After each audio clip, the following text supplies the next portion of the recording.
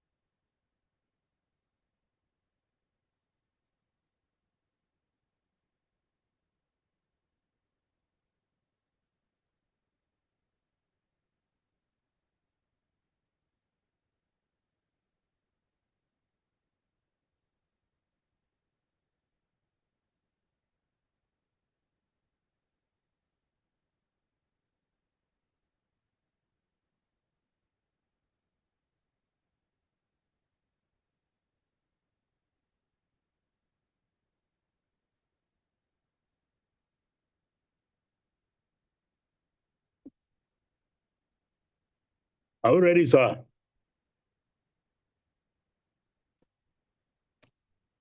It's 2:26. Are we ready?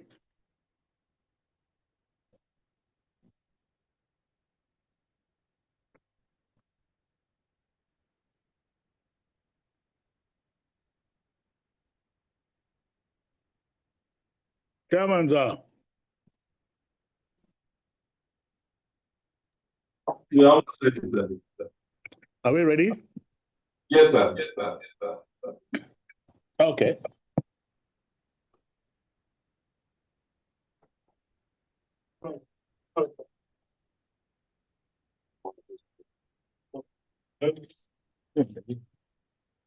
So, good afternoon, Good afternoon, Chairman, sir. distinguished ladies and gentlemen. Good It's a afternoon, sir. pleasure. It's a pleasure to share this time with you. I generally don't like PowerPoint and don't like sharing, but I just want to speak extempo. But when the HR madam sent something to me, I had no choice but to send her something to share today, so you can share the slides with you thereafter. And I'm not going to be sharing my paper. I'm just trying to be speaking to an issue that we all know very well. It's something that we all know, and I want to congratulate every one of you in the room for at least having worked to a point that I'm told that within the next 4 years thereabout or lesser, we'll all be retiring and joining people like me to retire. So congratulations and very well done to all of those of us that are in this category. And I know again you've spent the entire day talking about different issues. I'm expected to be talking to us about budgeting and personal finance planning. But I'm just going to just share stories and talk a few things. And by the time we're through within about 30, 35, 40 minutes, then we'll leave the room for questions. And I think in the process of talking about questions, we then may be able to do a lot of justice to whatever it is we want us to share together. So I'll start by asking a key question, which is why does personal finance management matters in retirement? Maybe when you are working, whether you personally plan or not, the moment there is payday, you are sure that your bank will get an alert. Now, whether that money is sufficient or not, at least there is something you fall back to.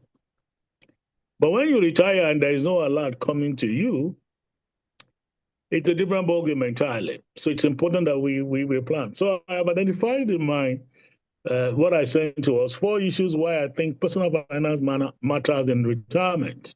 It matters at all times. Well, I think it matters a lot too at retirement. Okay, thank you for sharing. Maybe you just go to the first slide.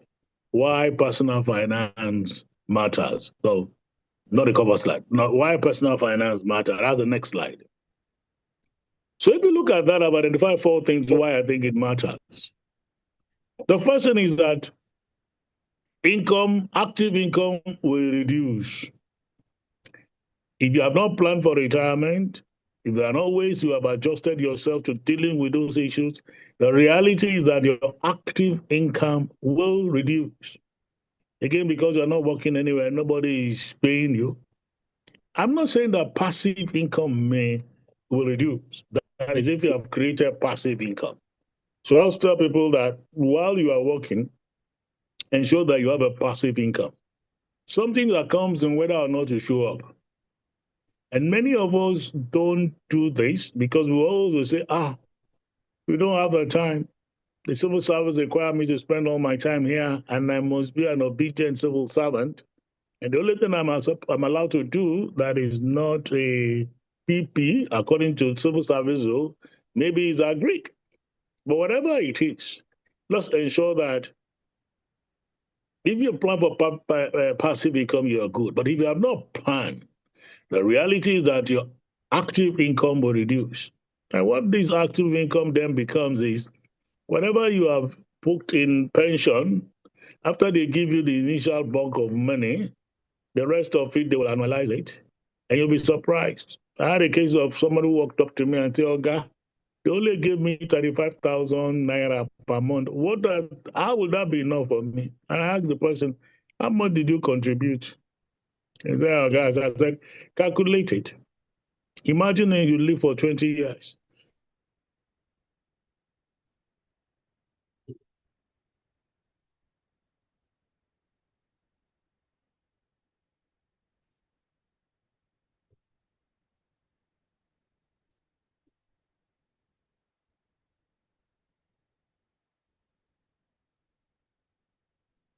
Hello, sir.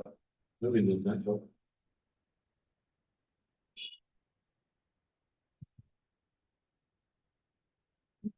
That's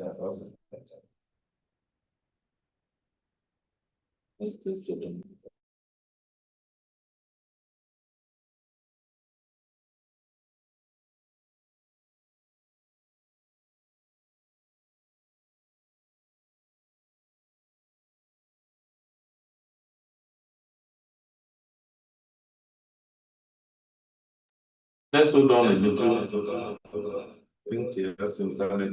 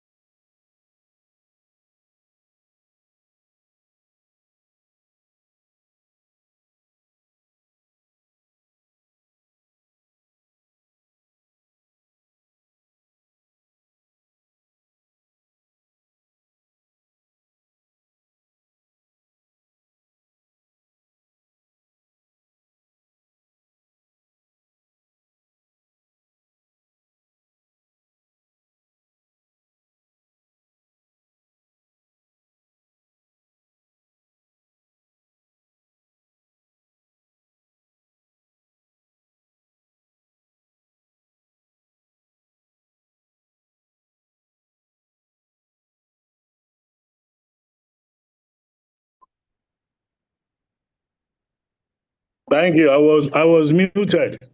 Internet was not working, then I was muted. So now I've not muted. Thank you. I'm going to do it well. So your active income reduces, whether you like it or not. Maybe what they pay you pension monthly is just small. The other reason why you need to take it seriously is the fact that whether you like it or not, inflation is rising and the cost is going up. One of the things that I do not envy retirees for is the fact that while inflation sometimes tends to affect them, so when the CBN then manages their interest rate, what they get on their investment is low. I recall once upon a time when Treasury bill was as low as 4%. You can imagine if you are a retiree and you put all your money on Treasury bills, and it came down from about 15% when you planned it to when it is 4%. Today, at least, they are doing an average of about 18%. Everybody is happy. But it shows that inflation can make costs to go, but your yield upon your investment can also go down. The other thing, again, why you need to plan is that as proud old people that we are, you don't want to be dependent on people. You don't want to be waiting for your children to send you money before you eat, because you want to be financially independent and have some level of dignity so that you are not seen as a beggar. I mean, you are putting intense work life to serve our state and our nation, and what you all need and you deserve is a life that is dignifying. And so we don't want to. And of course, everybody want to have peace of mind, and you don't want to be stressed. There's nothing that can stress a man more than you don't have money. I recall that I'll tell a story. When I was younger, my father would pray one prayer for me. I said, God, let this boy be able to be the husband of his wife. And I said, if I marry the wife, why will I not be the husband of my wife? He now told me a story and said, if your wife asks for money, even if you don't give all that he asks for and you're able to bring some things to table, the man will just look at you and say, you are very stingy, and say, and still thank you. But if you ask for money you can't give, today you can't give, tomorrow you can't give, next tomorrow you can't give, the chances are that your wife will so call you and say, look at this man. Is that what your mate does? So you then have stress and you don't have a peace of mind. So those are the four reasons that I can quickly think about why financial planning matters. We need to plan it. There will be more than that, but we can put all within these four broad guidelines. The next thing I look at, therefore, is that what are the challenges we face when we retire? Now, apart from other challenge of isolation, of nobody is remembering you, calling you. I used to make a joke when I was CEO. My office is always filled with Christmas gift. Some will give me ram. They'll give me all manner of things. The day I stopped being CEO, I'm not sure I got two. The good thing is I had prepared myself not to take home what they give me in the office, and I shared them at work. That way, it didn't move me at all. So those are the stress you should get used to. People that used to call you and come to your functions, that come to your parties and share jokes with you, they might not remember you. So that's another challenge you need to prepare for in retirement. How do you ensure that you are not alone? How do you ensure that people remember you? That's a different matter. But we're looking at common financial challenges. My focus here is about finance. Number one is that there is a common practice for people to over depend on their pension. I tell you, pension won't do it. He can't do it because it's like what you give in is what you get. It's what you give, what you save is what came. So it can never be enough. So you need to, and I'm sure that you've planned for it. You have some other extra income. The second thing is that as you get older, you face unexpected medical expenses. Very unexpected. Because with aging, you tend to then begin to do, and it's àìsàn àgbà náà ni. Because the fact is that you've used the leg, you've used the arm, you've used the eyes, and then begin to then deteriorate, not for any reason, just because of use of time. And then you probably have to pay more medical bills. And sometimes you face a risk of poor investment choices and fraud risk.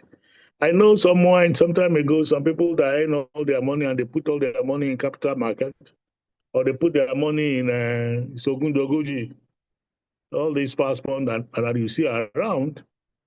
And what then happened is that people lost all their money. They lost their money seriously. So what you then face is, of course, the fact that if you're not careful, you get to a position where not only do you make poor choices in investment, you actually could lose the money. I have seen people who never did transporting in their life. They're not in transportation. But they then put their money in saying want to do transport and heavy investment, trusted third party. And then at the end of it all, after about less than 2, 3 years, the vehicle is knocked. They don't know where to start. Or people who retire, maybe before they retire, they hadn't been able to build the house where they stay, and then insisted we must build a house, not knowing what it costs to have to build, and then everything gone like that. So you need to be very careful. That's a common thing we read of. We see people that have, or sometimes they just go and trust a third party who just carry their money and run away, and then they don't have anything. So again, another common factor is that you think that you probably will have retired and gone. Maybe your direct children might not be a problem, but you have family obligation, extended family obligation. Sometimes not only family, some of us have other societies and associations we are committed to. I recall the church where I used to attend, and they would realize that we are still attend the place anyway. I realized that the bulk financing of the church was carried by about 5 people. Because I was now finance, I was able to tell my boss then that, okay, there are 5 people that sponsor us. So 2 of them are due to retire. And when they retire, they're not going to be giving us the money they were giving us before. Some might relocate and go back to their towns and their villages. How do we position ourselves?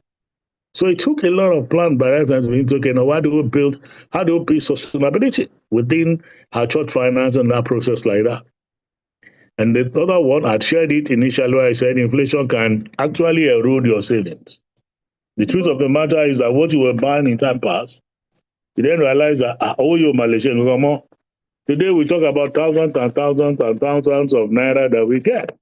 But in terms of purchasing power, we then realize that we are being able to buy less.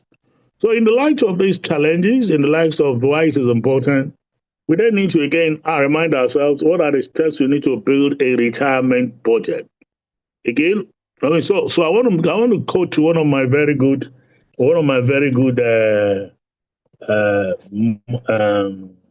he's one person that God has used to minister to my life significantly, and that's John Maxwell. And this is good is that a budget, you can define it, and I know the chairman, they understand that accounting very well. But from John Maxwell angle, he said a budget is telling your money where to go instead of wondering where it went. You tell your money where to go, so where it went. Money will go.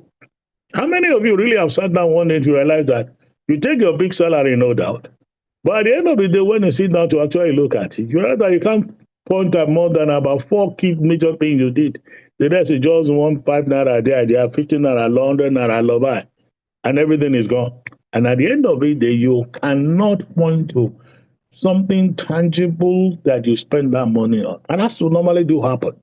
It will happen if you don't tell your money where to go. Because if you don't tell it where you go, money must go somewhere. And whether that money is going to where you want the money to go, or where the money are chosen to go, it will get leg and fly. So a budget really is telling your money where to go. And I'm saying that it's important for us, therefore, if you have not done it before, now that we are retiring, we must begin to have the discipline of budgeting and the discipline of staying to our budget. So what is budgeting in a nutshell? From the point of view of us, it's simply a plan to manage your income and expenditure. I always tell people, every time you do a budget, it's with a wish list. If this money comes in, this is how we intend to spend it. But what if the money does not come in and you are still spending the way you want to spend it? It simply means that you are going to meet a deficit budgeting. Now, it's easier if you can fall back on a finance source that can help you deal with the gap. So, what I tell people is that whilst budget is good, your budget should be dynamic. You should be able to adjust to the flows of income. If income comes as much as they should come, fine. If you don't come, make sure that your expenses are things that you can manage. What I always tell people is that if you have discretionary income, income that you didn't plan for and it came in, don't go and grow your expense because the money just came in.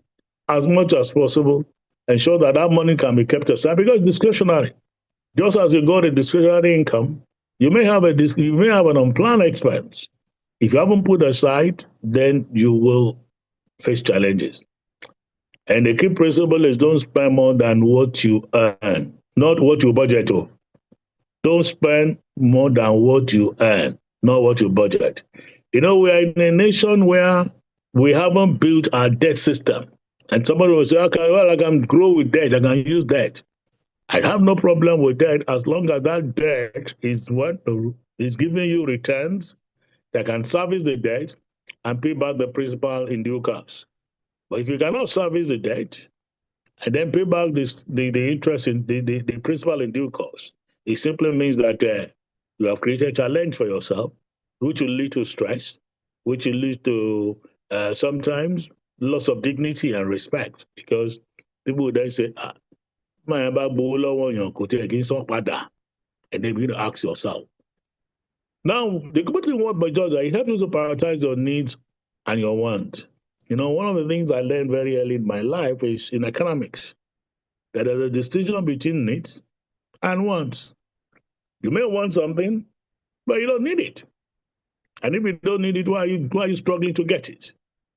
And if there is a time when you need to ensure that you stick to your needs, not your want, it's really retirement. And sometimes nowadays, many of us are rather, there are even things we need.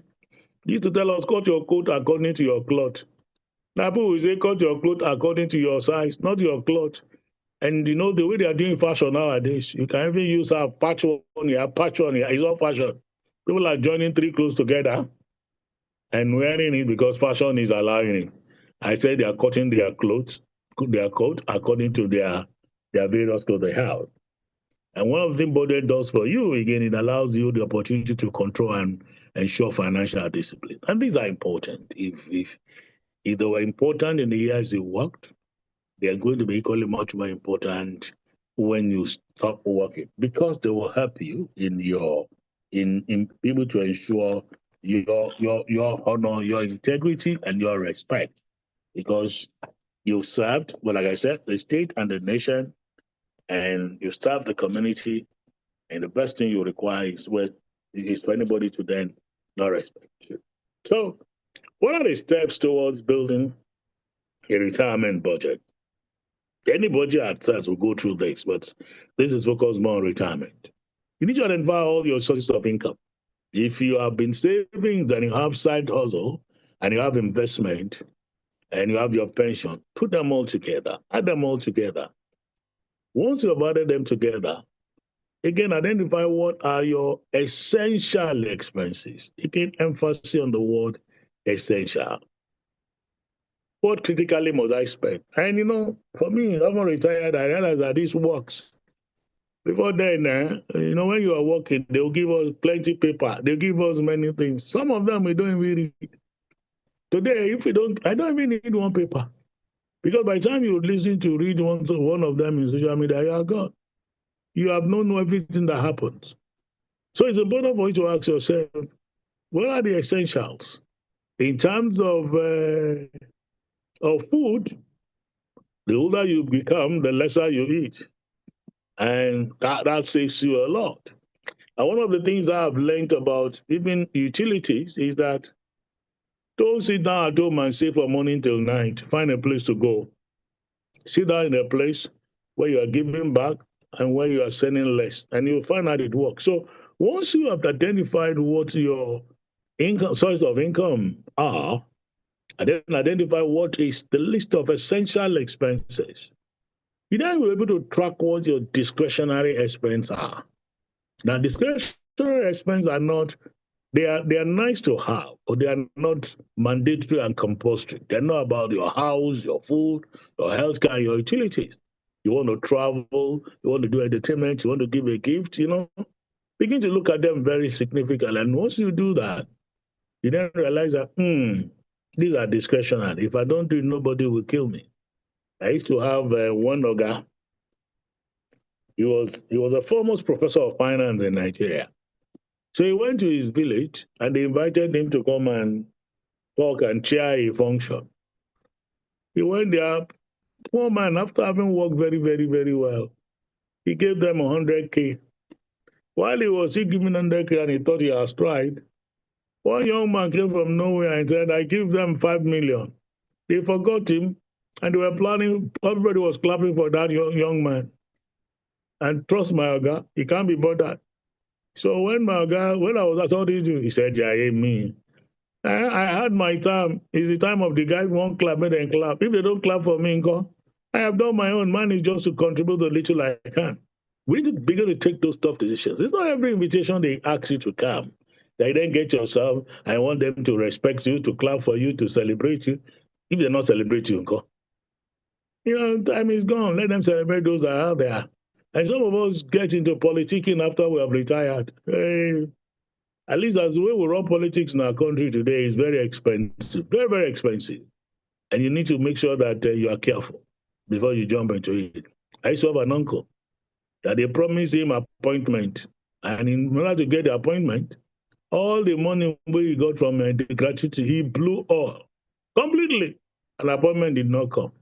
So let's be very, very careful the way we track our discretionary expenses, travels here and there, then set limits and stick to them. The greatest thing is about limits and sticking to limits.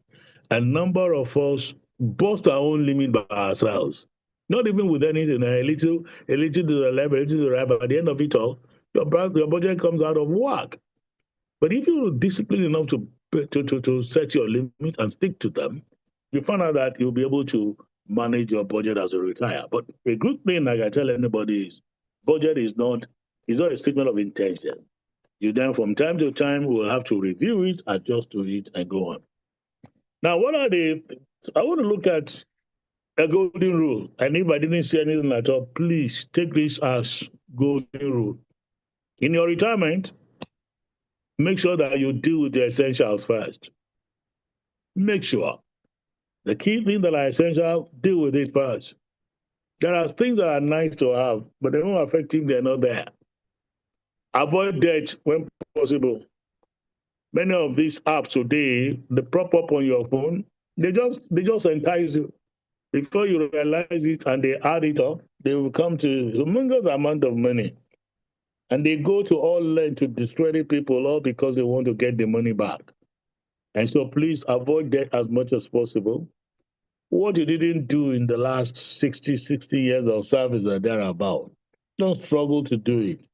If God make a way and there are things that come and you can do it. Otherwise, don't kill yourself. Let no man define what success is to you. You have done well, you succeeded, and just pick your goal and go.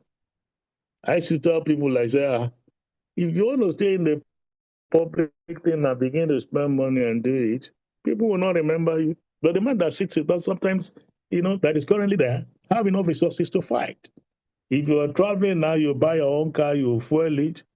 But if you are in office, maybe it's official car that takes you around, and you don't need to buy those fuel by yourself. And the process of doing official assignment, then you then realize that, let me make a call here and there, and things are done. Save something regularly. You then know that this man is saying, I have retired, am I still saving? Yes, save. Which is why I said if you have your income and expenditure, expect that you don't spend all your expenditure. You are putting something small aside and live within your means. I have found out that just as a man that gets 2 million every month will live happily, a man that has 40,000 can still plan, you know? There's a saying when I was growing up, and it still exists now. It said, "Oyibo muti, emi na meko, omi gboro la fi joge, omi gboro la meji lo wa lo." So let's be careful. And always plan for emergencies. It's important that we plan for emergencies because they will come. They will come. And what distinguishes you from the other person is your ability to plan ahead of time. And somebody says, the man is smart, he's ever ready. No, you've thought about it, you plan about it, and you're concerned about what you will do when it will happen. Now, what are these? I've identified what I call smart money habits of retirees. If you didn't have that habit before, now have it. First, track your spending consistently. Where does your money go? Track it. Avoid lifestyle inflation. You know what? You know, you're a big man now, and they put some costs on you that can blow you out of proportion. Expectations are high, and you are jumping into it. Be very careful. Buy value, not luxury. There are many things that you will see, they appear very, very good, and they are luxury. But then what about the things you buy? Functionality. It's value and functionality. So buy value, not luxury. I used to have a friend one day who then we were actively planning for retirement. And he had this money and he said, bro, me, I want to buy a house for Ikoyo. I said, go ahead and buy now. Shipping, I get the money to spend. And he said, Jai, what do you mean? I said, must I live in Ikoyi? He said, what do you mean? I said, when you retire, all your retiree like you will move to their area. You'll be the only man there. Even the people there will not remember you. And I did a little sum for him then. Then houses were going for about 500 million. And I said, there's an alternative in Lagos where you can move close to your house. You can buy easily. Then it was going for an alternative about 100. So why don't you buy that 100? Put your 400 million if you have that money in a fixed investment. And I was able to analyze and prove to him and say, okay, the minimum you will get at that time was going to be something like about 15% on the 400, which will give him 60 million. And because he gets that 6 million, 60 million, he has 5 million every month you can spend.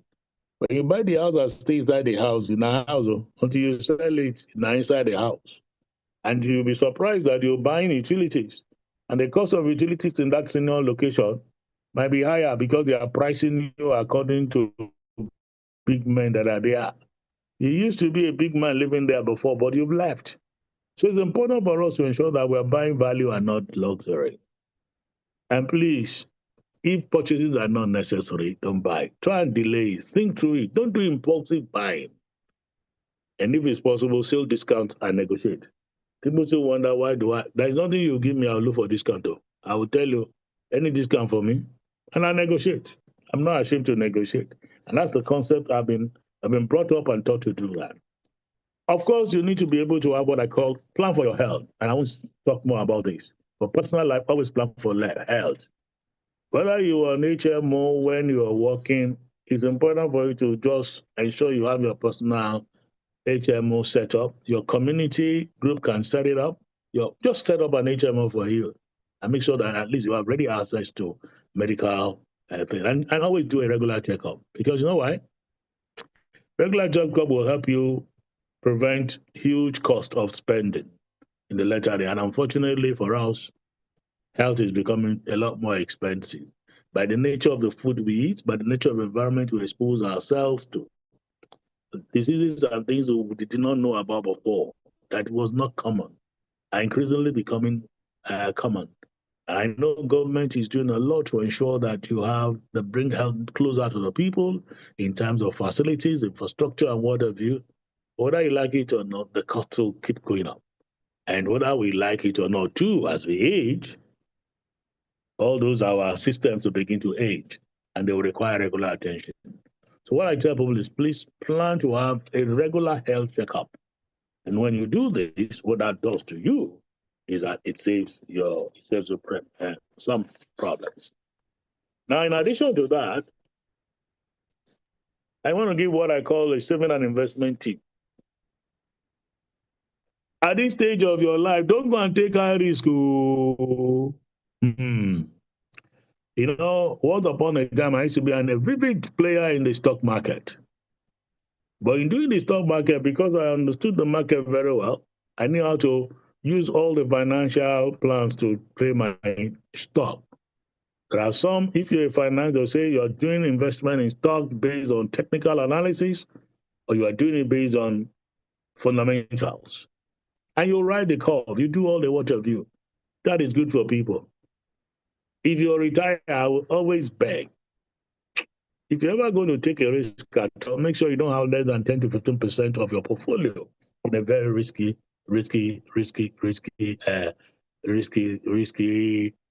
investment. Because the truth of the matter is that you don't have the appetite, you don't have the strength to cope with any disaster.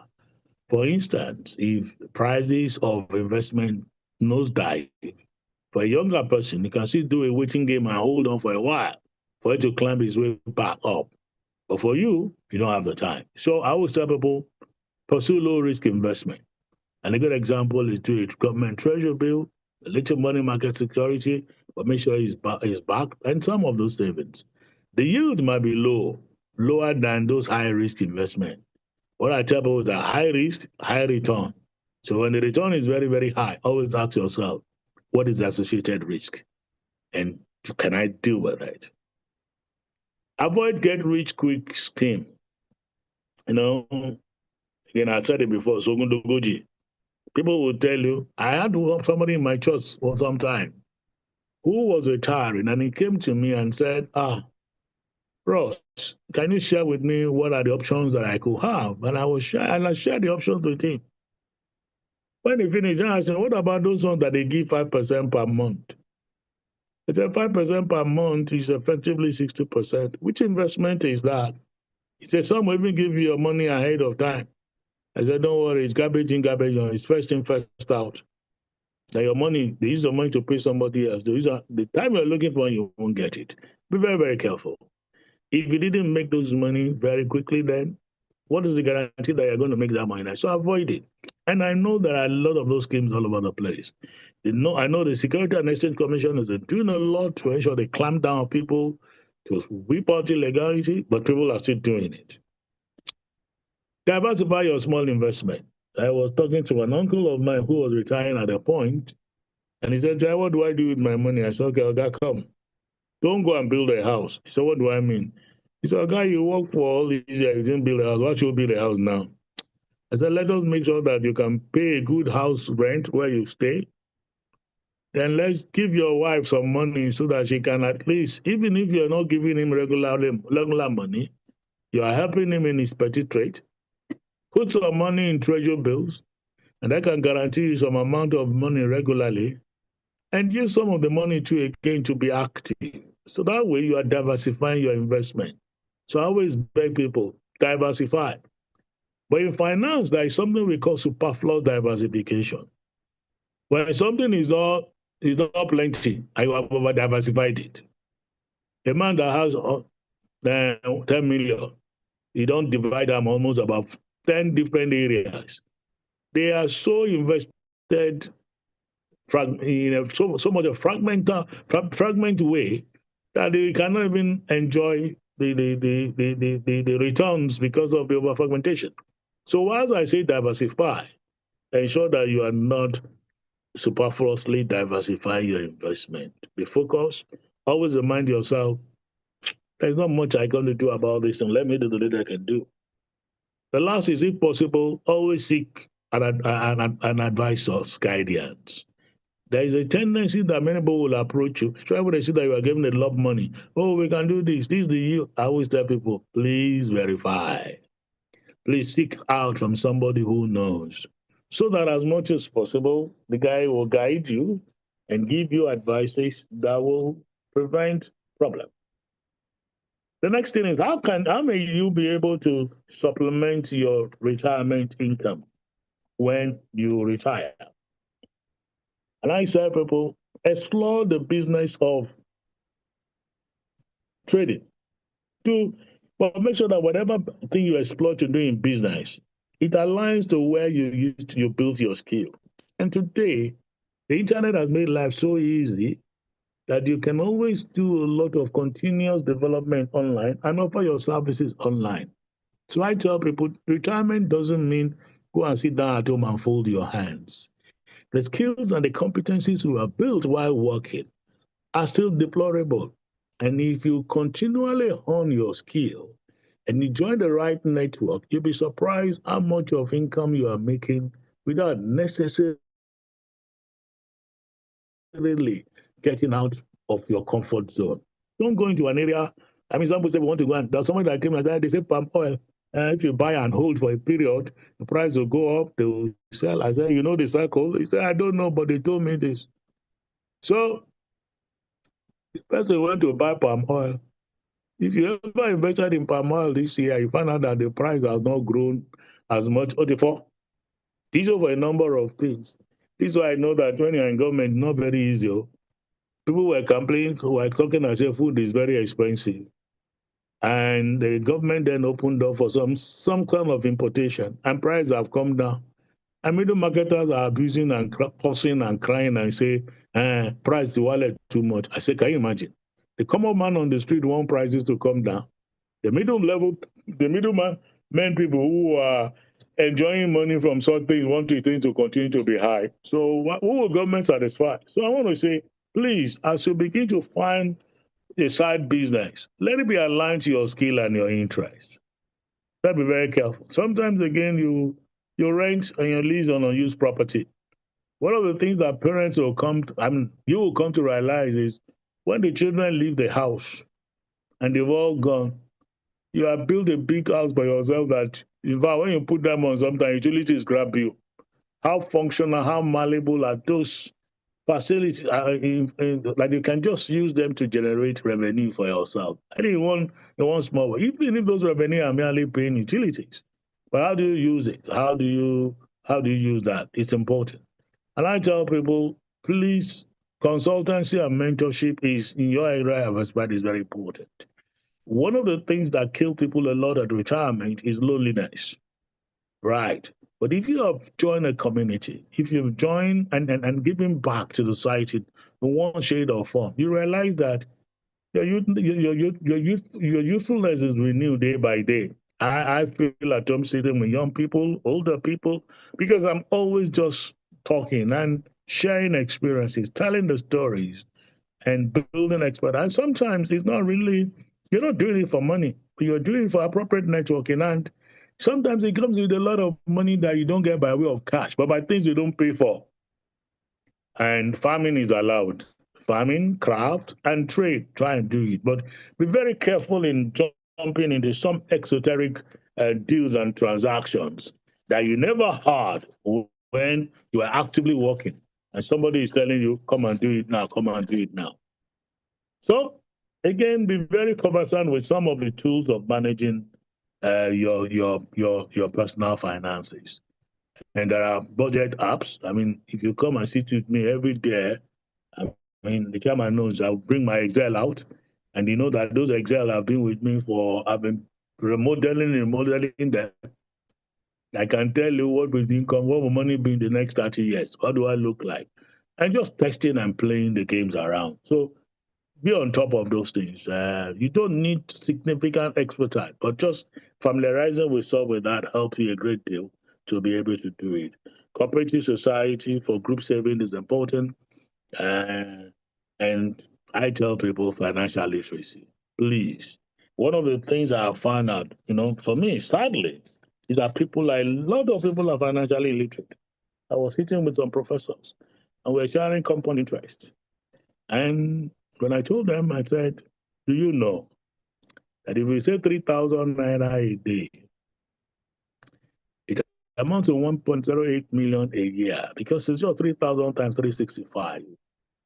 And if you put that money into treasury bill annually at the current rate, if you do that for a long time, maybe it's about 30 years, it's not 30 million, it's over 500 million.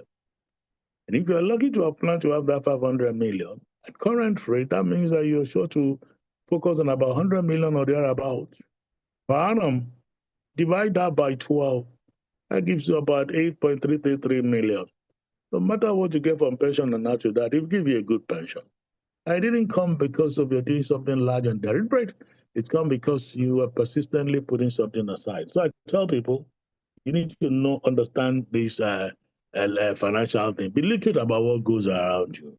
Look at opportunities, but don't take unnecessary the risk. And lastly, as a takeaway, I'll tell you that retirement requires discipline and planning. It's not something you jump at anyhow. Just as you jump at your work anyhow, they trained you, they prepared you, they constantly refresh you. So is retirement. Budget will ensure that you are stable and you're able to control it if you put your budget and stick to it. But if you put your budget and then you just go to emergency job, and you ignore your own signals, the chances are that when the danger strikes, you may not have been appropriately prepared for those dangers. So be very careful what you do. You must bear in mind that whether you like it or not, as you age, health and emergency planning is critical. It's very, very important. And please invest wisely to avoid any scam. And I always tell people modesty is really the reason for anybody to have a comfortable in retirement. What you never did when you were working actively and earning money, don't struggle to want to do it at retirement.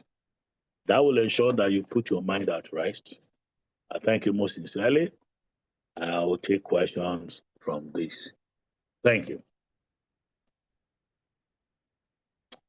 Thank you, sir. We're very grateful for that insightful teachings. So the floor is open. Anybody that has a question, area needed clarification.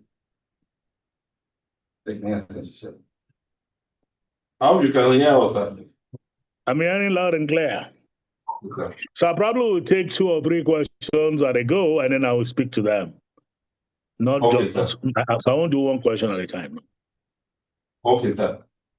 Whoever has a question, please indicate by raising of your hand. We ask all the questions that they attest to them once and for all.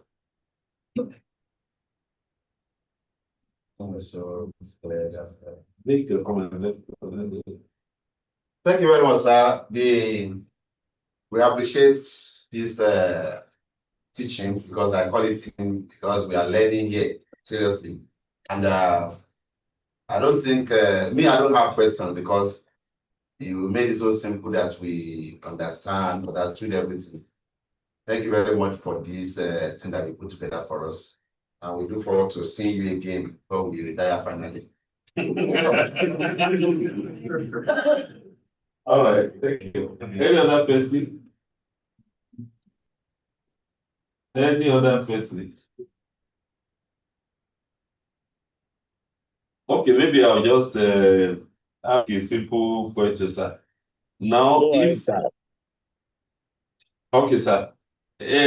What are some kind of investment that one can be doing?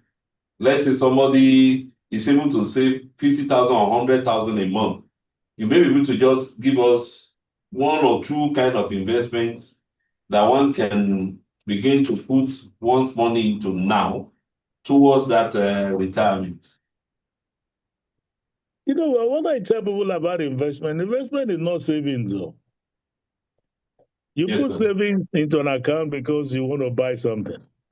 Investment, you are doing it for what am I getting out of it? And I tell that even investment, even 50, what the financial market has done very well is that even if your money is not plenty, you can join a fund. And when you participate in that fund, you then enjoy the advantage of large scale. For instance, at 50%, for instance, you cannot buy some money market instrument. At 50,000, you can't buy some money market instrument. But when you buy into a fund, you can then buy into it. So what I always tell people is, the best anybody can do if you're not taking risk now is money market instrument. the national savings scheme is as little as 50K, right? And 50K, if you save it and do it consistently, that means you get 600K at the end of the year. Even if what you get is about 14%, 14% of 600K is about 7,000. Is it 840? You're about 84. You're about 84,000, which you will get. So from time to time, if you do that. So what I tell people is, if your money is very, very small, come together as a group and then be able to leverage. Otherwise, go and buy treasury bills. Just buy treasury bills or money market instrument. But sometimes when I talk to people like this level, I say, well, maybe something, even if you don't have this now, you can do a generational planning. You can plan for your grandchild. Do you know? Imagine you have a grandchild that is just about 5 years or 10 years, right? And you're setting aside about some money, maybe 1,500 every day for the sake of 1,500. At the end of the year, you will have put together about 500,000 plus for that 1,500 because the 1,500 multiplied by 365 gives you about 504,000. If you do that consecutively, put them together for as long as, say, when the boy is 30 or 35, you'll be shocked that that boy will have about 250 million waiting for him.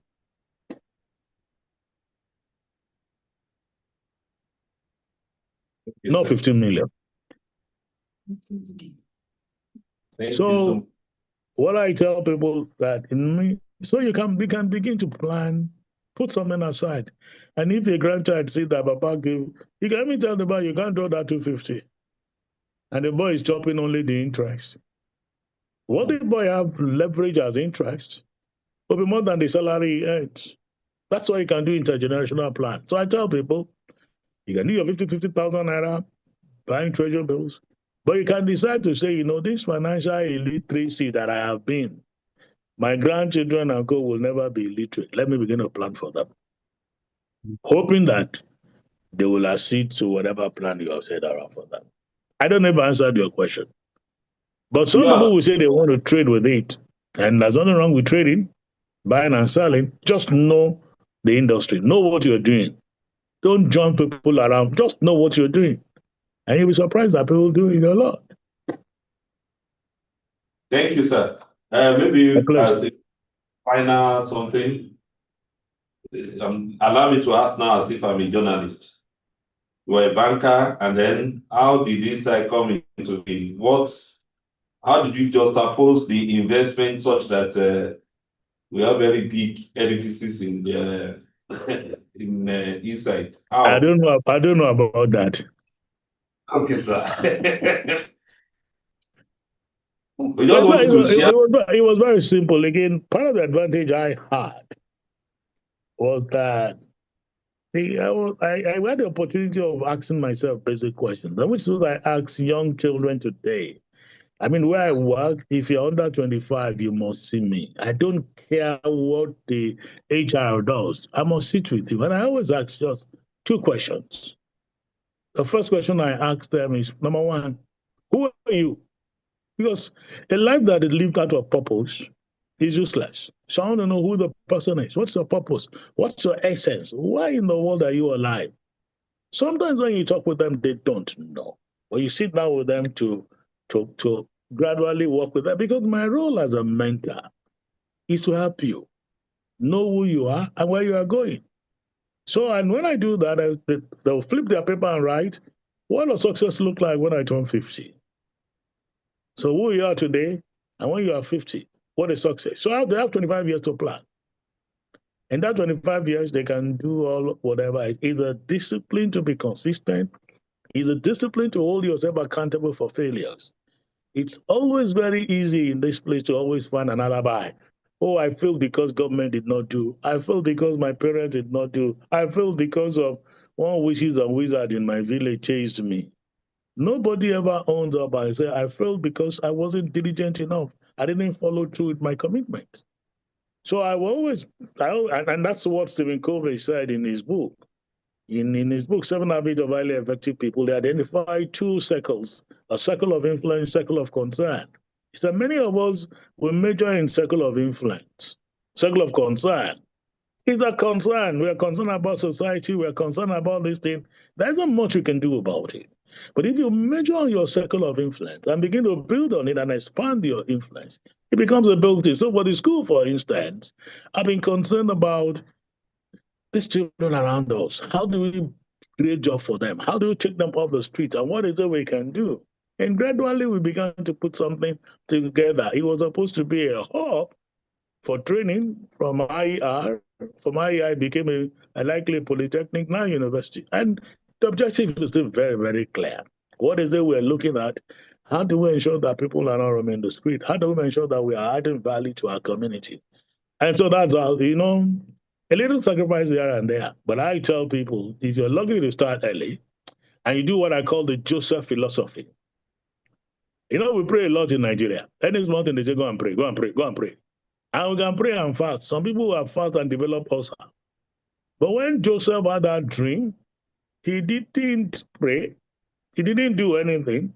He just said, 10, 20, a fifth of what you are having in this day of prosperity, save it for when there is no food. It was 20%. 20%. And I tell people, if you're a really church person that you pay tithe, that 20% divide it into two. Part of it will pay your tithe. Part of it begin to pay yourself. What many of us have learned is to pay ourselves. And if you learn it and begin to pay yourself early enough, and then again, as we raise young children and co, let's teach them how to pay themselves. It's not traveling. You're not paying yourself by traveling. You are paying the tourist guys. You are paying the airline. You're not paying yourself by buying clothes. No.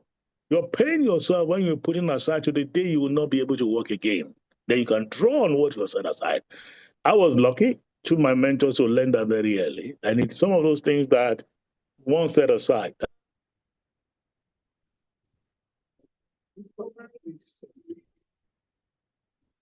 that came out. And I've then realized that it doesn't require to work readily. So I don't know if I answered your question, but that's it, sir. Thank you, sir. My pleasure. I just wanted my colleagues to also, me, I know all the history. I just wanted them to have an idea that something big doesn't just. I can hear you now. Okay. I said I just wanted my colleagues to know that something big doesn't suddenly happen, that it starts with small here, a little there, and then you congregate it together, it becomes something massive. We are very, very grateful, sir. Does anybody want to say anything before I call for one of the directors to do the votes of thanks? Nobody. My pleasure. That's a lot of them. Yes. Yes, thank you, sir. On behalf of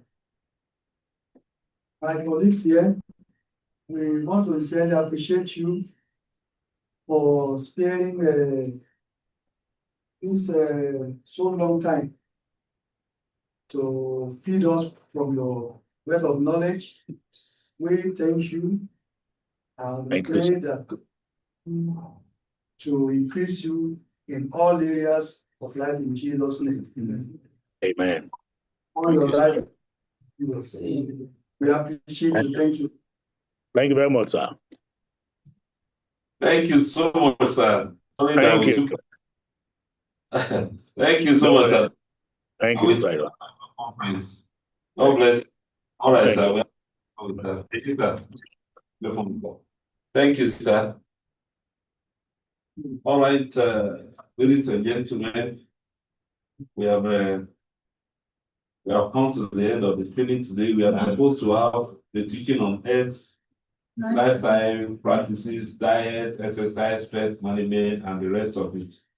The two people that we try to consult that I believe will do very good justice to it, they are unavoidably absent. And since it's this one, you don't need to be on your way to retirement before knowing some of these things, I want to crave your indulgence that we would need to have another session. May not now just be for those of us that are close to retirement age, but for every of our colleagues, because again, how you would look like or what will you be at 50 or 60 or 70, it's like you are building a house. The things you are eating now, your lifestyle now, all those things like you are having the building block ready. So I can predict how I will be at 70. Just as you also will be able to predict how you will be by looking at your diet, and you can see that almost every speaker has said one thing or the other about the head, even when we are, I think all of them, Dr. Laoye said it, part of all mentioned it, the gentleman that took us on pension also mentioned it, and we have also had it from engineer Nathaniel also, and he has also mentioned it. So the ball is in our court. As a way of closing the mark, I want to thank you all for your participation, and it's active, and I believe that it's been interesting so far. Can I then please with us? It's not enough for us to just hear the things and do nothing about it. One of the greatest joy you can give me is if even after we have left here, you know, that we can still meet ourselves and can say, oh, so person is doing well. Oh, that person is doing well. Oh, she's doing well. That's the joy. Not that somebody leaves service and then another 1, 2 years, you see the person and you can no longer associate with that person as a former colleague. God forbid. And may I also plead with every one of us.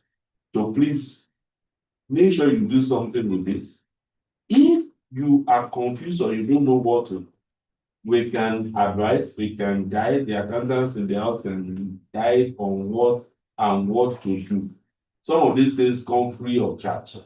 It's also important that we possibly get people that will be like our mentors that would also possibly guide us on some of these things, assist us, teach us what to do, explain things to us. In particular, those that have retired ahead of us, it's crucial that we learn from them. Don't be too proud to say, okay, how did you do it? Let's learn from them. And there are even the younger folks. You had one of the presenters say he had to learn from his children. He thought he had to go somewhere to buy something. And the child just said, why are you going out there? It's a time for us to learn, not to be too busy and we don't plan. And it's my prayer that God will be with every one of us. So even the likes of those of you that just started career 2, 3 years ago, that this place is your first place of employment, you have better advantage than the rest of us, because yes, I knew some of these things, but that's just like 10 years ago. If I knew them earlier on, I know how better my life would have been. But it's never too late. Let's make the best use of the opportunity. I want to thank all the directors, and one or two of the directors also reached out to me that we should consider bringing some of these facilitators around physically also.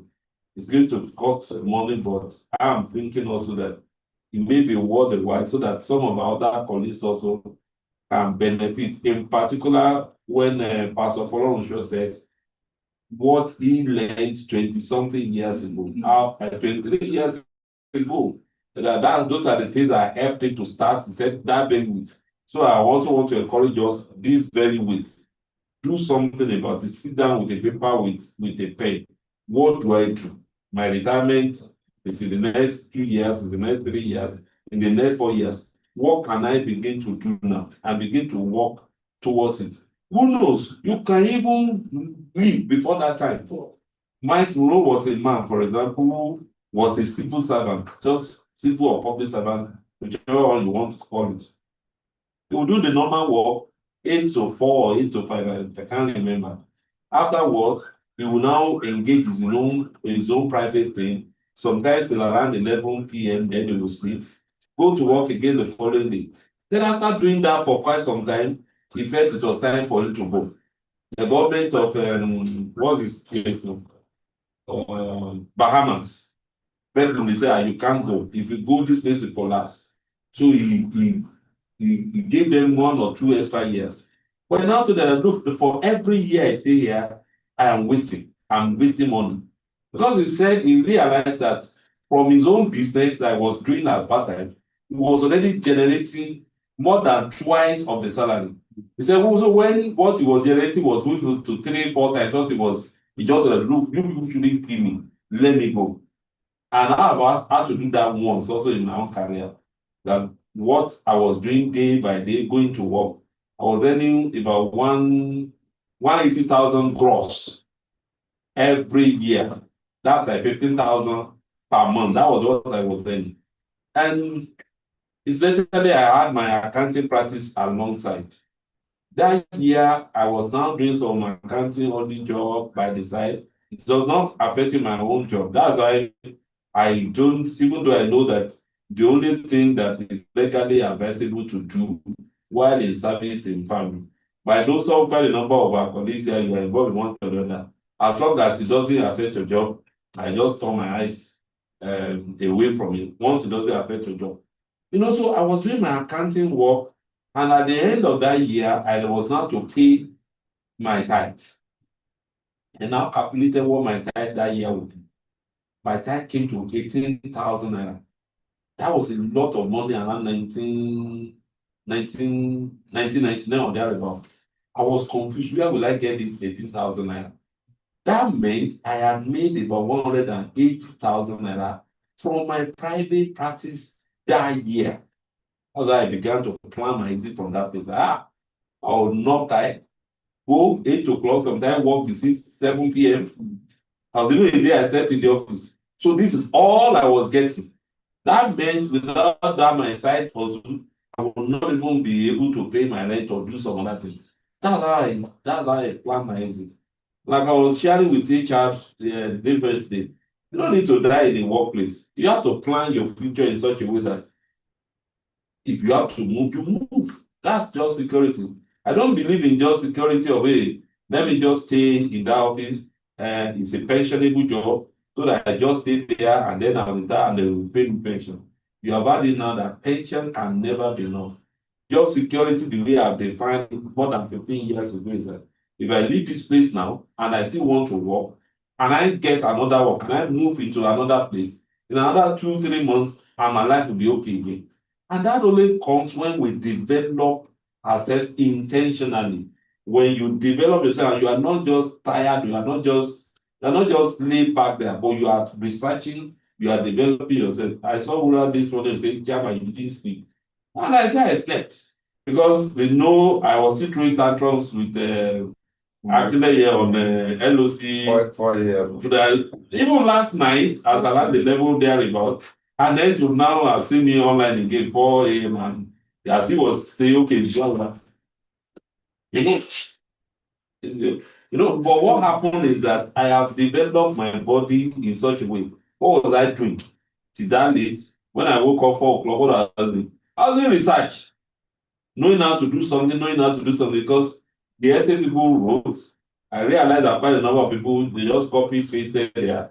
So I had to look for a software that would let me know those that use artificial intelligence and those that did their work originally. So I researched into it that, okay, fine. I know which tool to use. Then I began to wonder, this thing, if I decide to mark it myself, I may be a bit biased. I told Wasu before, I said, since he didn't participate, maybe he will mark. Then the idea now came to me that, why are you struggling? Because many of those applications that we enable me detect, I will have to pay some $20. I said, I have friends in the academics that will possibly have this software and they can use it. Then one PhD holder in English language just came to me. Bro, can I send it? He said, please send. I said, I'll give you something. Then you just send it to me, sir. So I send the 37 entries to him. And it's doing justice to it already. So you have to keep on engaging the brain. Keep on learning. So I want to thank you all. Those of us that have less years to stay with us. With faith, you can begin to pray, you can begin to think, you can begin to practice whatever you have to do. At the end of the day, I believe that we all have business to rejoice. Thank you, everyone. God bless you.